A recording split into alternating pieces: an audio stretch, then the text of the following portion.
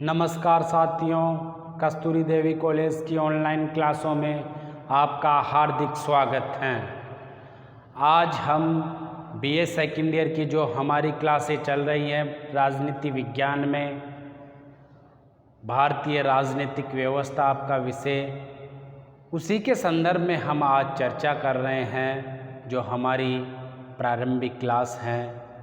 देखिए, हमारे यहाँ पर भारत का जो स्वतंत्रता संग्राम था या भारतीय राष्ट्रीय कांग्रेस का, उसे 3 कालों में विभाजित किया जा सकता है। ठीक है, तो देखिए वो 3 काल कौन कौन से हैं और किस प्रकार उन्हें विभाजित किया गया है। देखिए, पहला उदारवाद के संदर्भ में हम बात करें तो 1885 में जब कांग्रेस की स्थापना हुई थी, वहाँ से इसका प्रारंभ हुआ है, जो चल कर के 1905 तक, यानी कि 1906 से स्टार्ट होता है कौन सा उग्रवादियों, जो कि उग्रवादी दल था, गरम दल था। उसका कार्यकाल के बारे में हम बात करें काल के संदर्भ में तो 1906 से लेकर 1919 तक जो गरम दल के सदस्य थे उनका प्रभाव रहा। और हम बात करें 1920 से 1947 तक, तो यहाँ पर महात्मा गांधी का प्रभाव था, इसीलिए इसे महात्मा गांधी युग के नाम से भी जाना जाता है। देखिए, हम बात करें 1885 से लेकर 1905 तक, तो यहाँ पर जो सभी राजनीतिक प्रमुख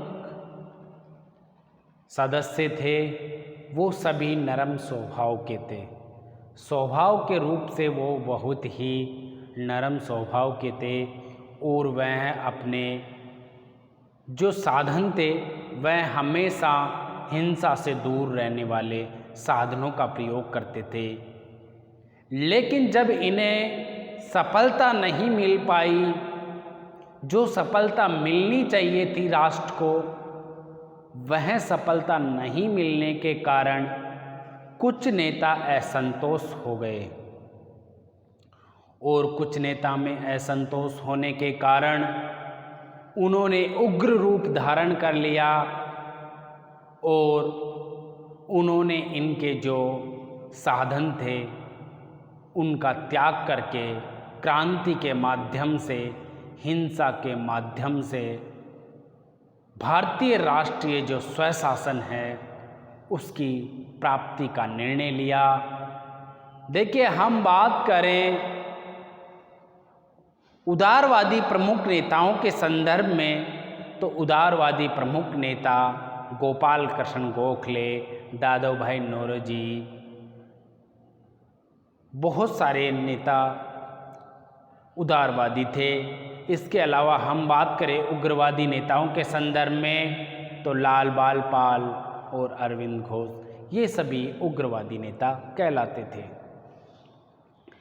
देखिए, इन दोनों में डिफरेंट यही है, दोनों ही भारतीय स्वशासन की प्राप्ति करना चाहते हैं, लेकिन इनका जो माध्यम था, जो उद्देश्य दोनों का सेम है, दोनों ही राष्ट्रभक्त हैं, लेकिन जो साधन था वो दोनों के अलग अलग। ये उदारवादी हिंसा से दूर जो साधन थे उनका प्रयोग करते थे, जबकि उग्रवादी उनके द्वारा, गरम दल के द्वारा उग्र जो साधन थे उनका प्रयोग किया गया।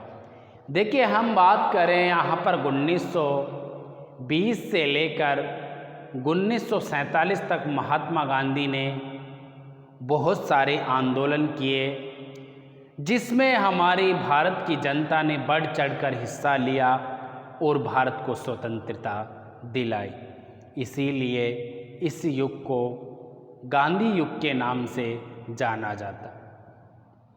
देखिए, इन युगों की बात करें हम तो भारतीय राष्ट्रीय कांग्रेस या भारतीय स्वतंत्रता संग्राम के आधार पर इन्हें 3 कालों में विभाजित किया गया है और 3 काल आपके सामने दिए गए हैं।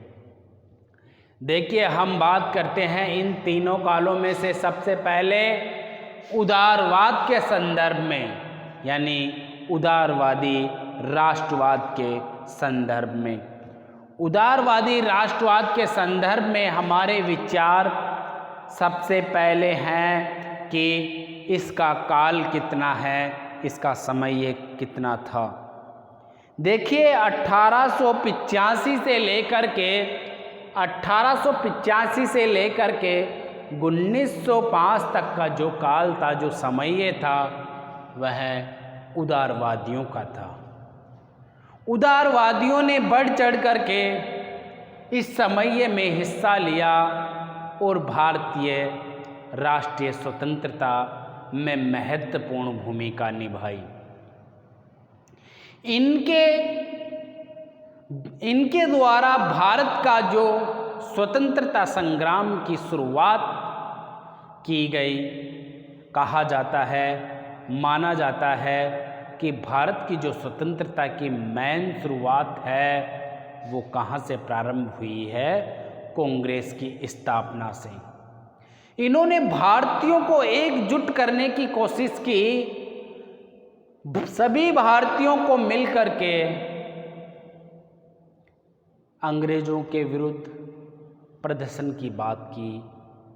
इन्होंने भारतीयों को एकजुट करने की कोशिश की, राजनीतिक शिक्षा देने की कोशिश की कि हम सभी भारतीय मिलकर के हम अपना स्वशासन प्राप्त कर सकते हैं, लेकिन उसके लिए हमें हिंसा का मार्ग नहीं अपनाना चाहिए। हमें अंग्रेजों का हृदय परिवर्तन करवाना चाहिए।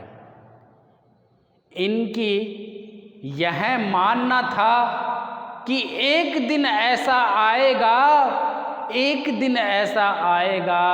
कि अंग्रेजों का भी मन परिवर्तित हो जाएगा। यह उदारवादियों का मानना था। हम बात करें उदारवादी विचारधारा के संदर्भ में कि उदारवादी जो नेता थे उनके विचार किस प्रकार थे।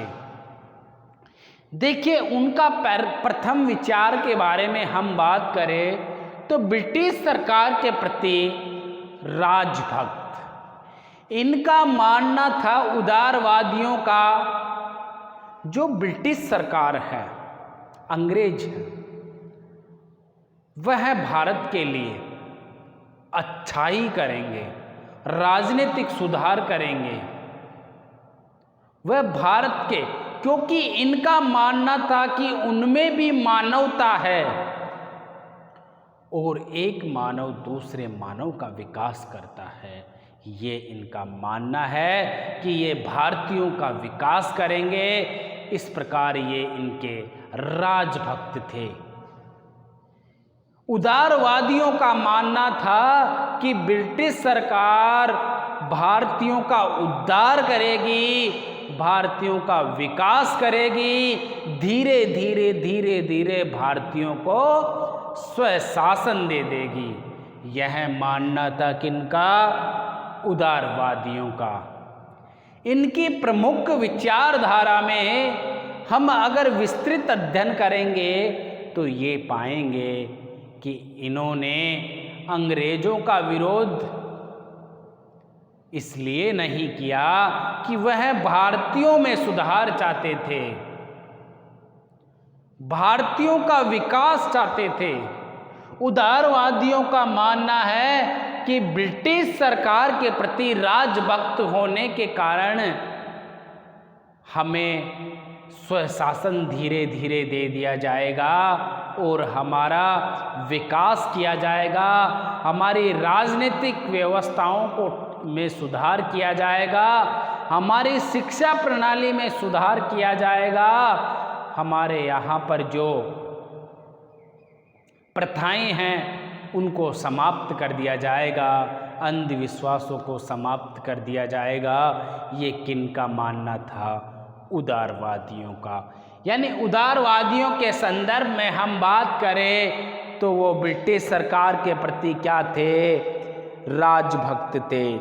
लेकिन इसमें कोई संदेह नहीं है कि वह राष्ट्रभक्त थे। उदारवादी इनके प्रति राजभक्त तो थे, लेकिन उनमें हमेशा भारत के प्रति प्रेम रहा है, भारत के राष्ट्रवादी रहे हैं। वह भारत विरोधी नहीं थे, वह भारत का विकास चाहते थे। इसीलिए ब्रिटिश सरकार के क्या हुए? राजभक्त हुए। इसी संदर्भ में हम बात करें तो यहाँ पर एनी बेसेंट का कहना था, इस काल में नेताओं ने अपने को ब्रिटिश साम्राज्य की प्रजा मानने में गौरव का अनुभव करते थे। यानी कि उदारवादियों के संदर्भ में एनी बेसेंट ने कहा, एनी बेसेंट का कथन था कि इस समय ये लोगों का मानना था कि हम ब्रिटिश साम्राज्य की प्रजा है, ये गौरव की बात है। लेकिन वास्तविकता में ऐसा कुछ नहीं था, क्योंकि ब्रिटिश सरकार ने भारत पर बहुत ज़्यादा अत्याचार किया। लेकिन यहाँ पर उदारवादियों का जो दृष्टिकोण था, वह दृष्टिकोण इस प्रकार का था कि ब्रिटिश सरकार में भी कभी क्या होगा? सुधार होगा और वह हमारी सुनेगी। इसी प्रकार हम बात करें अगली जो विचारधारा है, उसके संदर्भ में अंग्रेजों की न्यायप्रियता में विश्वास। देखिए, उदारवादियों का मानना था अंग्रेज हमेशा हर व्यक्ति के साथ न्याय करेंगे, किसी पर अत्याचार नहीं करेंगे, किसी के साथ अन्याय नहीं करेंगे। ये किन का मानना था? उदारवादियों का मानना था। देखिए, उदारवादियों का यह विश्वास था कि अंग्रेजों से बढ़ चढ़ करके सच्चरित्र और सच्ची जाति कोई सी भी नहीं है। उन्होंने राजभक्ति का भावना को जन्म दे करके इन पर अटूट विश्वास किया। किसने? उदारवादियों ने। राजभक्ति का परिणाम देते हुए अंग्रेजों के प्रति इन्होंने अटूट विश्वास रखा इनकी न्यायप्रियता में कि अंग्रेज भारतीयों के लिए अच्छा ही कार्य करेंगे, बहुत अच्छा ही कार्य करेंगे। इसी प्रकार से हम बात करें आगे की जो हमारी विचारधारा है, थर्ड नंबर की, ब्रिटेन के साथ संबंध भारत के हित में समझना। ब्रिटेन के साथ संबंध भारत के हित में समझना। उदारवादियों का मानना था कि ब्रिटेन के साथ जो भारत ने संबंध स्थापित किया है, ब्रिटेन के साथ जो संबंध स्थापित किया है भारत ने, वह भारत के हित में होगा। इन्होंने भारतीयों के हित में समझा कि जो ब्रिटेन है वह भारत में अधिक से अधिक विकास कराएंगे। जब तक भारत ब्रिटेन के संपर्क में रहेगा, यहाँ पर संसाधनों की व्यवस्था होगी, राष्ट्र का विकास होगा, राजनीतिक सुधार होगा, सड़कों का निर्माण होगा, रेल की लाइन बिछाई जाएगी। यह सभी किसका मानना था? उदारवादियों का। उदारवादियों का मानना था कि भारत के अगर संपर्क में रहता है ब्रिटेन, तो वह किसका हित होगा? भारत का हित होगा। भारत का हित इन्होंने इसलिए माना क्योंकि यहाँ पर वैज्ञानिकता आएगी, नए नए आविष्कार आएंगे, इसलिए भारत का क्या होगा, अधिक से अधिक विकास होगा। इसीलिए इन्होंने ब्रिटेन से संपर्क बनाए रखने की दुआ मांगी कि हमारे हित में कार्य करे।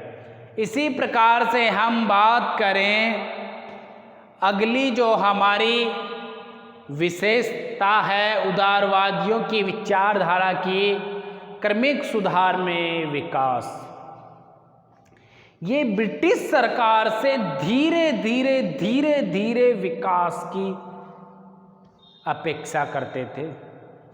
इनका मानना था कि ब्रिटिश सरकार, ब्रिटेन की सरकार भारत में धीरे धीरे स्वशासन दे देगी, धीरे धीरे हमारी जो राज्य व्यवस्था है उसमें सुधार करेगी। ये किसका मानना था? ये मानना था उदारवादियों का। उदारवादियों का मानना था कि भारत में ब्रिटेन यानी कि अंग्रेजों के द्वारा क्रमिक सुधार किया जाएगा, सिड्ढी वाई सिड्ढी। धीरे धीरे भारत को एक विकसित राष्ट्र बना दिया जाएगा। ये मानना था किसका? उदारवादियों का, कि धीरे धीरे इसके शासन में शासन संबंधी सुधार करके भारतीयों को शासन दे दिया जाएगा, यानी स्वशासन दे दिया जाएगा। इस प्रकार मानना था किसका? उदारवादियों का।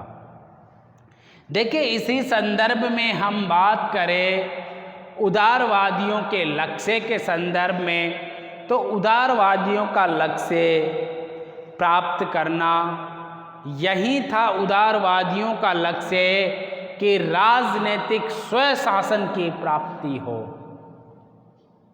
हम ब्रिटिश शासन की छत्र छाया में काम करते हुए करते हम हमारा विकास करके हमें स्वशासन की प्राप्ति कर दी जाए जब हम इसके योग्य हो जाएं। ये किसका मानना था? उदारवादियों का। उदारवादियों का मानना था कि जब सभी सुधार हो जाए भारत में, भारत का विकास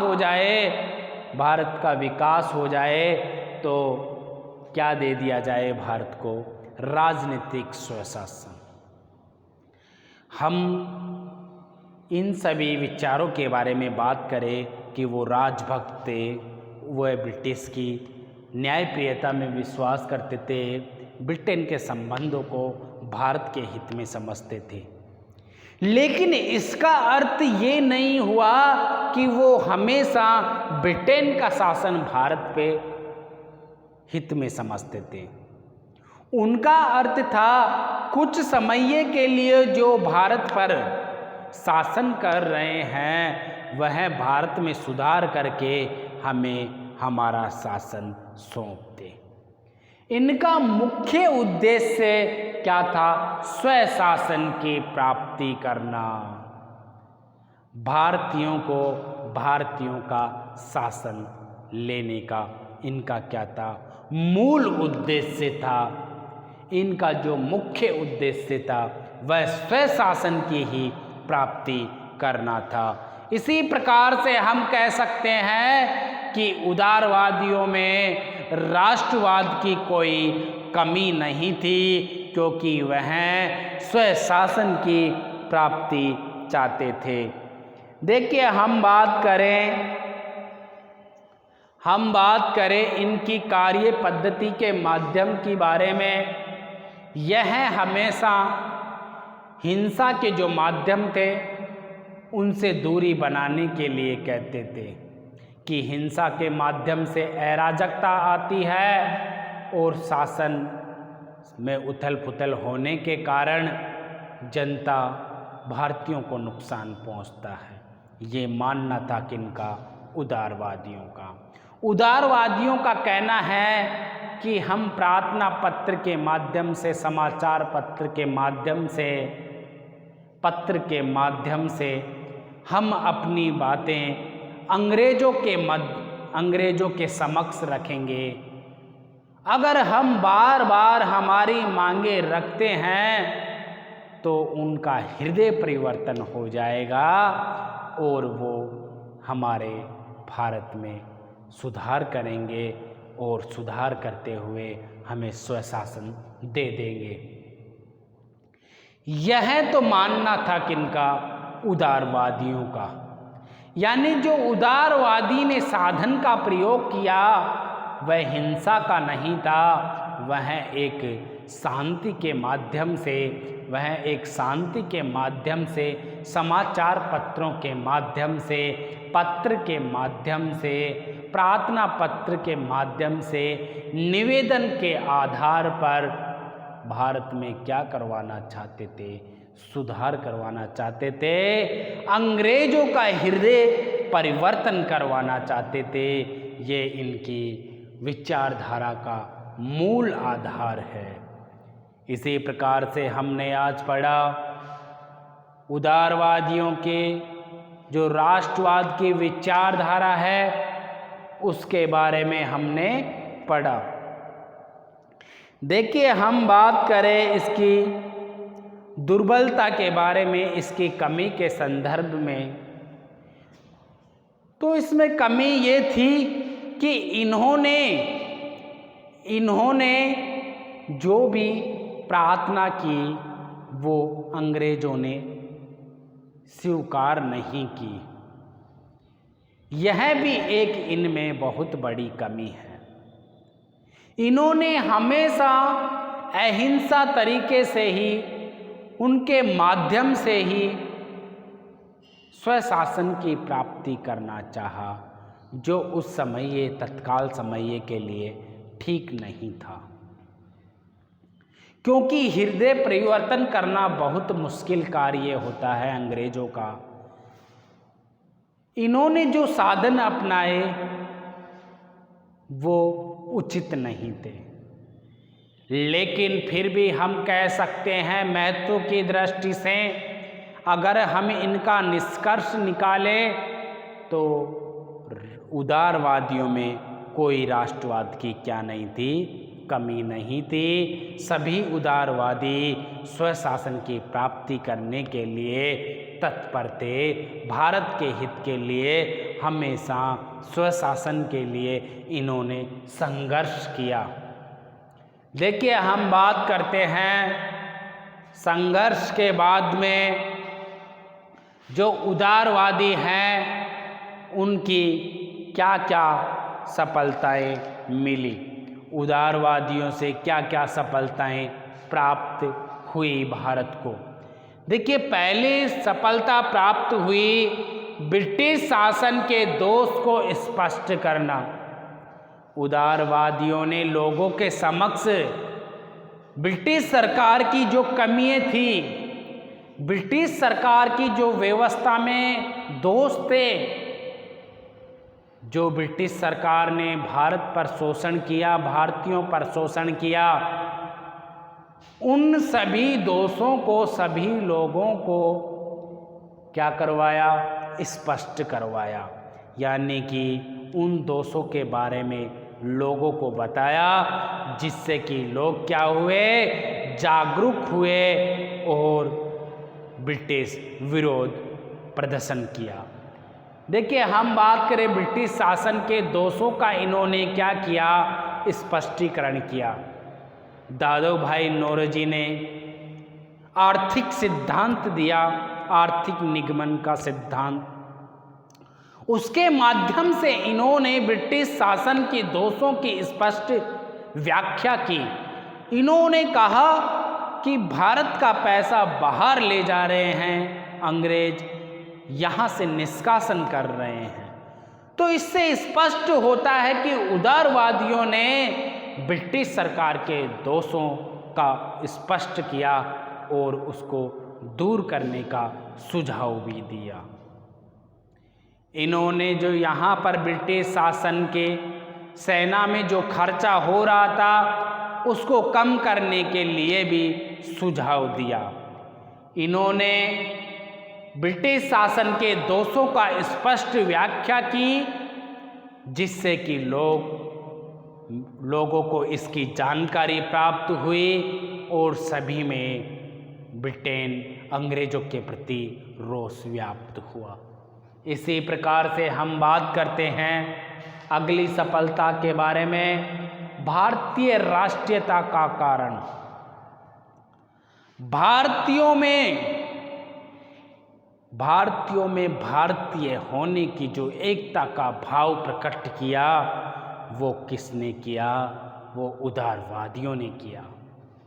उदारवादियों ने ऐसा एक राजनीतिक संगठन की नींव रखी, कांग्रेस, जिसने सभी समुदायों का नेतृत्व करते हुए ब्रिटिश शासन का विरोध किया। यहाँ पर राष्ट्रीयता की एक भावना, हम की भावना का प्रचार हुआ। यहाँ पर धर्म, जाति, वर्ण सभी को छोड़ करके लोगों में राष्ट्रीय भावना को जागरूक करने का कार्य किसने किया? उदारवाद ने किया। उदारवाद ने भारतीयों में राष्ट्रीयता, राष्ट्रवाद के जो भावना है उसका अधिक से अधिक क्या किया? विकास किया। भारतीयों को राजनीतिक शिक्षा, देखिए यह भी एक प्रमुख सफलता रही है उदारवादियों की कि उन्होंने भारतीयों को राजनीतिक शिक्षा देने का कार्य किया। इन्होंने भारतीय जनता को प्रजातंत्र और स्वतंत्रता के आदर्शों को प्रसारित किया और सभी महत्वपूर्ण प्रश्नों पर विचार विमर्श के लिए एक संगठन प्रदान किया। इन्होंने भारतीयों को स्वतंत्रता संबंधी विचार, नागरिकों के संबंधी विचार, लोकतंत्र के संबंधी विचार, एक ऐसा संगठन का निर्माण किया जहां पर इन सभी को राजनीतिक शिक्षा प्राप्त हो सके, राजनीतिक शिक्षा प्रदान की जा सके। तो उदारवादियों की ये भी क्या है?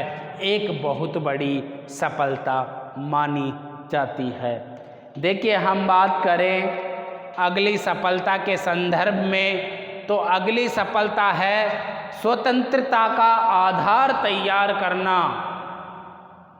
स्वतंत्रता का आधार तैयार करना, स्वतंत्रता संग्राम का आधार तैयार करना, यह किसने किया? उदारवादियों ने। उदारवादियों ने धीरे धीरे भारत में क्रमिक सुधार करवाते हुए एक ऐसा रूप धारण किया कि भारत की स्वतंत्रता संग्राम की शुरुआत और प्रारंभ मानी जाती है किसको? उदारवाद को। उदारवाद से ही सूत्रपात माना जाता है राष्ट्रीय स्वतंत्रता संग्राम का जो प्रारंभ माना जाता है, वो कहाँ से माना जाता है? उदारवाद से।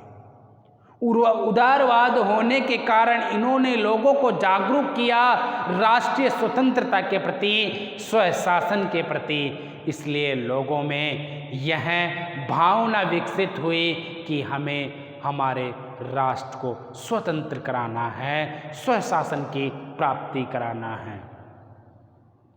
यही प्रमुख उद्देश्य किसका रहा है? उदारवादियों का रहा है। इन्होंने एक सबसे बड़ी सफलता प्राप्त की, भारतीय परिषद अधिनियम 1892। कांग्रेस की स्थापना 1885 में हुई। इन्होंने प्रयास किया, बहुत प्रयास करने के बाद में एक भारत में वैधानिक व्यवस्था में जो एक सुधार, एक उम्मीद भारतीयों को दी गई, वो थी 1892। यानी कि 1892 का जो भारतीय परिषद अधिनियम पारित हुआ, वो किसकी वजह से हुआ? उदारवादियों की वजह से हुआ। उदारवादियों ने बार बार समाचार पत्र के माध्यम से अपनी मांगे कहाँ पर रखी? ब्रिटिश सरकार के समक्ष। इसीलिए ब्रिटिश सरकार ने इनमें संतोष व्याप्त करने के लिए क्या किया? भारतीय परिषद अधिनियम 1852 में पारित किया। इसी प्रकार से आज हमने पढ़ा उदारवाद के संदर्भ में। उदारवाद आपका कंप्लीट हो चुका है। देखिए, उदारवाद के संदर्भ में हम बात करें तो उदारवाद की विचारधारा के संदर्भ में पढ़ा। उन्होंने कौन सी साधन पद्धति, कार्य पद्धति अपनाई, उसके संदर्भ में उनका उद्देश्य क्या था, उनका विश्वास किसमें था, इन सभी के बारे में हमने विस्तृत जानकारी प्राप्त की और उदारवादियों से भारत को किस प्रकार सफलता प्राप्त हुई उसके बारे में भी हैं। तो इस प्रकार से हमारी अगली नेक्स्ट क्लास में उग्रवादी, गांधीवादी युग, इन सभी के बारे में विस्तृत जानकारी आपको प्राप्त होगी। तब तक के लिए नमस्कार, धन्यवाद।